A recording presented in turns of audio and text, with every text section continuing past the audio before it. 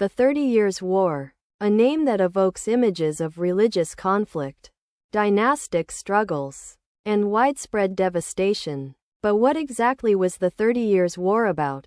More than just a single conflict. It was a series of interconnected wars fought primarily in Central Europe between 1618 and 1648.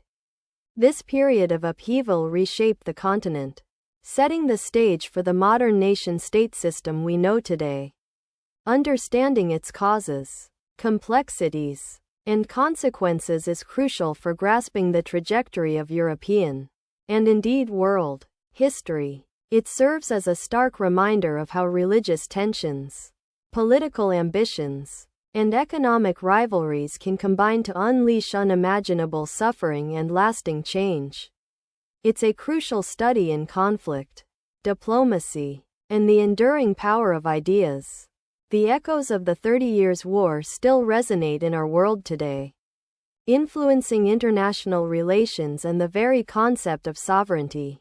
So, let's delve into the heart of this pivotal conflict and unravel its intricate narrative. The seeds of the 30 Years' War were sown long before 1618. The Peace of Augsburg in 1555, intended to resolve religious tensions following the Protestant Reformation, had created a fragile truce. The principle of cuius regio, eius religio, whose realm, his religion, allowed rulers to determine the religion of their states. However, this agreement contained inherent weaknesses. It only recognized Lutheranism and Catholicism, ignoring the growing Calvinist movement, which was particularly strong in Bohemia and the Palatinate. This exclusion created simmering resentment and fueled religious divisions within the Holy Roman Empire, a patchwork of states ruled by an elected emperor. Adding to the religious tensions was the weakening of the imperial authority.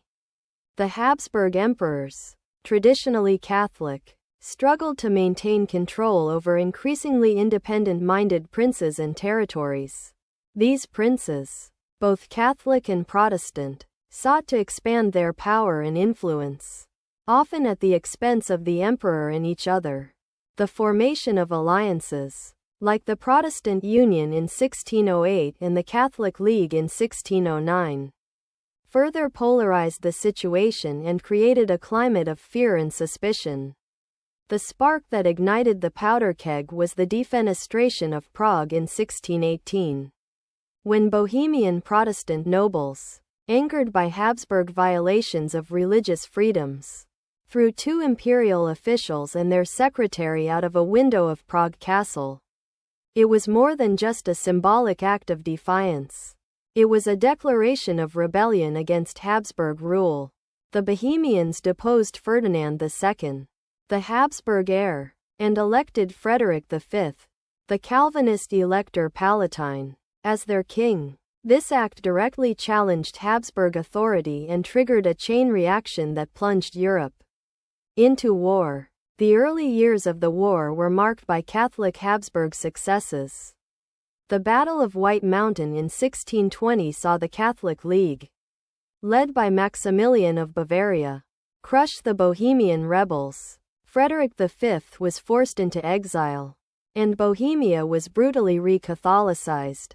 This victory emboldened Ferdinand II, who sought to consolidate his power and suppress Protestantism throughout the empire. However, the Habsburgs' ambition aroused the concern of other European powers. King Christian IV of Denmark intervened in 1625 to protect Protestant interests.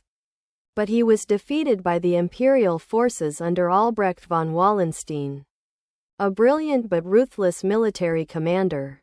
With Denmark neutralized, Ferdinand issued the Edict of Restitution in 1629, demanding the return of all church lands secularized since 1552. This further alienated Protestant princes and stoked fears of Habsburg domination. The tide began to turn with the intervention of Gustavus Adolphus, the King of Sweden, in 1630, a skilled military strategist and devout Lutheran. Gustavus Adolphus sought to protect Protestantism and gain control of the Baltic Sea. He achieved a series of stunning victories against the imperial forces, but he was killed at the Battle of Lutzen in 1632. Despite his death, Swedish forces continued to fight, supported by France, which, despite being a Catholic nation, saw the Habsburgs as a major threat to its own power. Cardinal Richelieu, the chief minister of France, skillfully navigated the complex political landscape, providing financial and military support to the anti-Habsburg coalition. The final phase of the war was characterized by protracted and bloody fighting. With armies crisscrossing Central Europe, the conflict became less about religion and more about power and territorial gains. France, Sweden, and their allies fought to weaken the Habsburgs and secure their own interests. The war devastated the German states, causing widespread famine, disease, and economic collapse. Entire regions were depopulated, and the social fabric was torn apart. Finally, after years of negotiations, the Peace of Westphalia was signed in 1648, ending the 30 Years' War. This series of treaties redrew the map of Europe and established a new international order. The principle of state sovereignty was enshrined, giving rulers the right to govern their territories without external interference. The Holy Roman Empire was further weakened, and its constituent states gained greater autonomy. The Peace of Westphalia also recognized Calvinism as a legitimate religion, ending decades of religious conflict. The 30 Years' War left a lasting impact on Europe. It ushered in an era of nation-states, where power was increasingly concentrated in the hands of sovereign rulers. The war also demonstrated the devastating consequences of religious intolerance and the importance of diplomacy in resolving international disputes. The principles established at Westphalia continue to shape international relations today, providing a framework for cooperation and conflict resolution. The war's horrors forced a re-evaluation of the role of religion in politics, paving the way for a more secular and tolerant Europe.